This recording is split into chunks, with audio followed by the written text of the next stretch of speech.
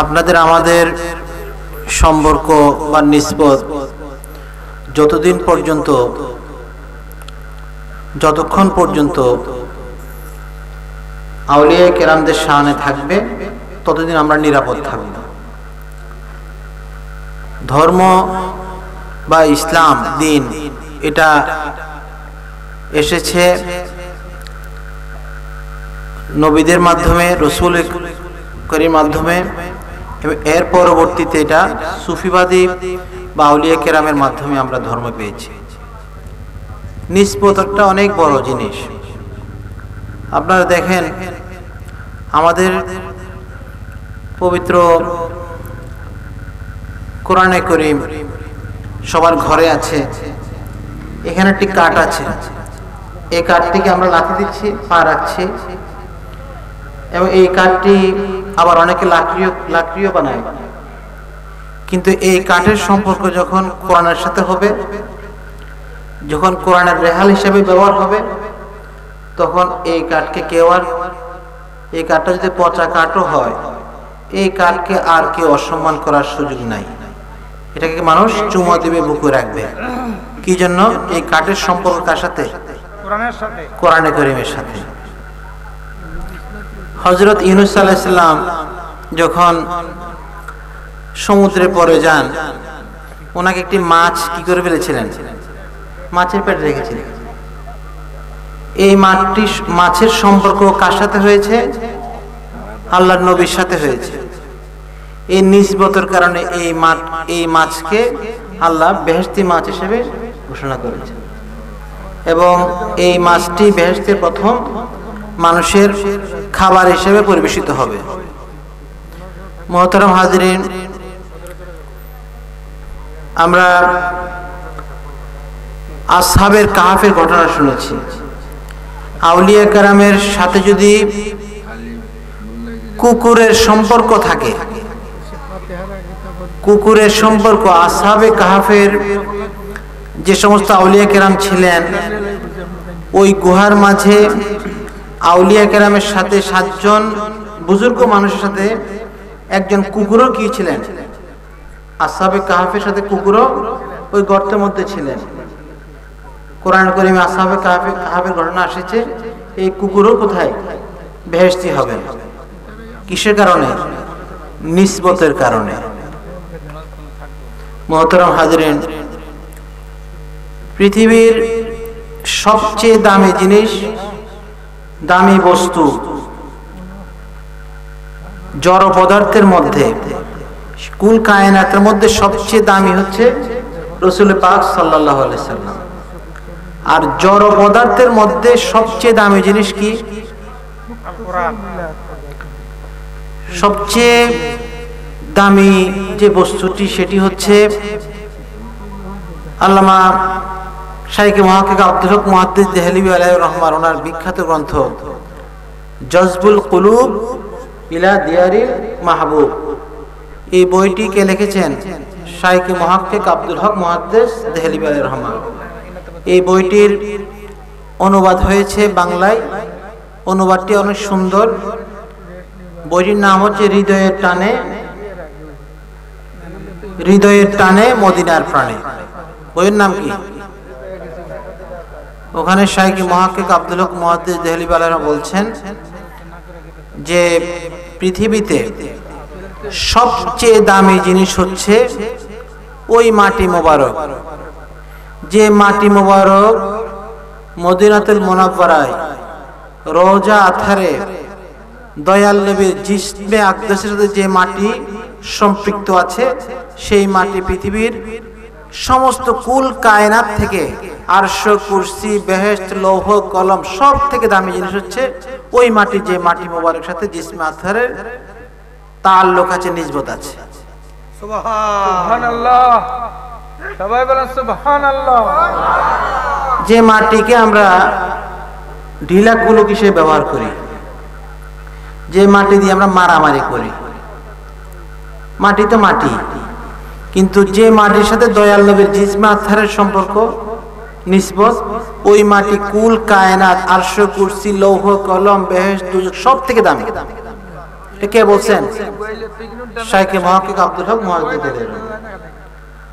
মোহতারাম হাজিরিন, আমার এই কথা বলার উদ্দেশ্য হচ্ছে নিসবত বা সম্পর্ক। আমাদের সম্পর্ক যদি আউলিয়া কেরামের সাথে হয়, আমাদের সম্পর্ক যদি ওয়ারাসাতুল আম্বিয়া উলামায়ে কেরামের সাথে হয়, আমাদের সম্পর্ক যদি আল্লাহ এবং আল্লাহ রসুলের উত্তরসূরিদের সাথে হয়, তখন আমরা কি হব? আমাদের নিসবতের কারণে আমরা অনেক সফল কাম হব। আমি ছোট্ট একটি কথা বলে শেষ করে দিচ্ছি। আমরা আল্লাহ রাব্বুল আলামিন আমাদেরকে এত নেগাকরণ দিয়েছেন, এত দয়া করেছেন, আমরা সেটা বুঝতে পারি না। আমাদেরকে আল্লাহ রাব্বুল আলামিন হুজুর উম্মতে মুহাম্মদ হিসেবে কবুল করেছেন। এর চেয়ে খুশ নসিব আর কি হতে পারে?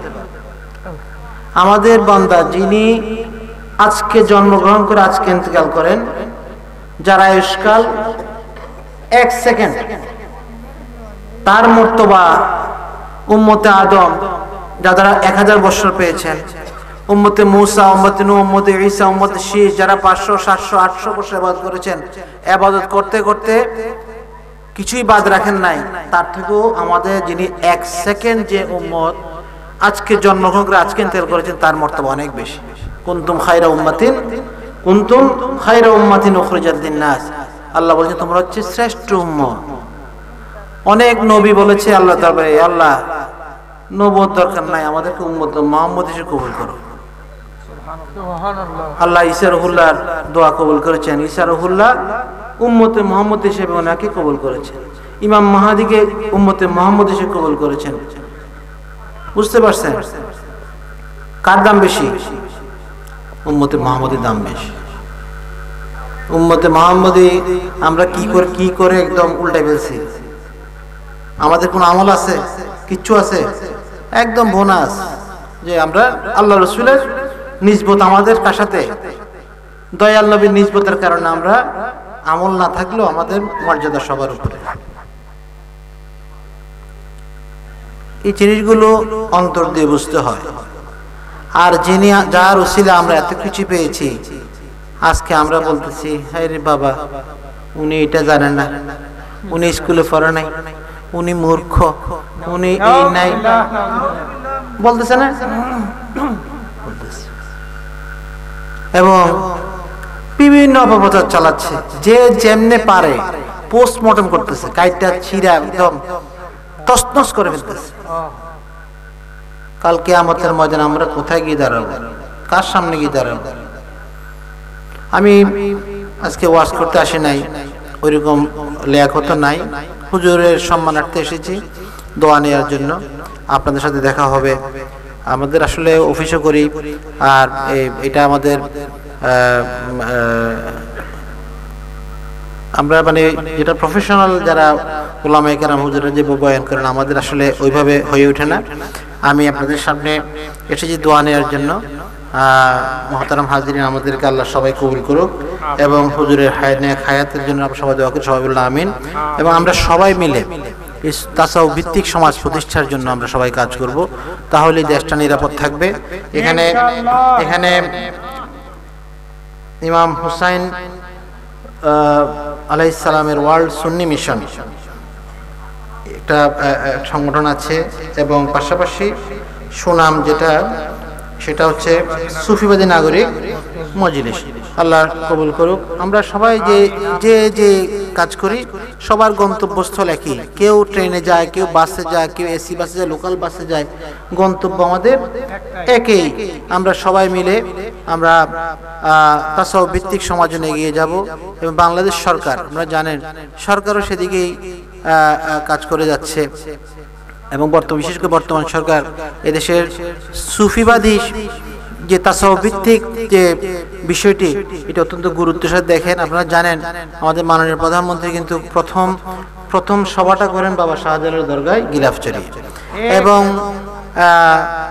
আপনারা জানেন এই 360 আউলিয়ার এই স্মৃতিবিজড়িত বাংলাদেশ, 12 আউলিয়ার পুণ্যভূমি এই বাংলাদেশ, এটা আমাদের অত্যন্ত খুশ নসিব যে আল্লাহ রাব্বুল আলামিনের নেকায় করমে আজকে আমরা এখানে দ্বীন ইসলাম পেয়েছি।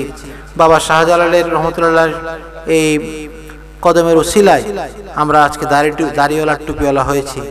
পৃথিবীর এমন অনেক দেশ আছে যেখানে বাবা শাহজালালের মতো এরকম মানুষের কদম পড়ে নাই, যারা এখনো ইসলামের জন্য কান্না করছে কিন্তু পারছে না। বাংলাদেশের এখন এমন জায়গা আছে, আমি অনেক জেলার নাম বলবো, যে জেলার মানুষ ইসলাম কবুল করতে চায়, পারে না। বাংলাদেশের মধ্যে আমার কাজ করার অভিজ্ঞতা আছে, আমি জানি কাজ করতে গেলেই অ্যারেস্ট হয়ে যায়, যেই হবে হোক। এরকম অনেক জায়গা আছে। তো আমরা খুশনসিব, আমাদেরকে কেউ বাধাও দেয় না, আমরা সব কিছু বোনাস একদম নগদে পাইছি। এই জন্য সবার শুকরিয়া আদায় করা উচিত।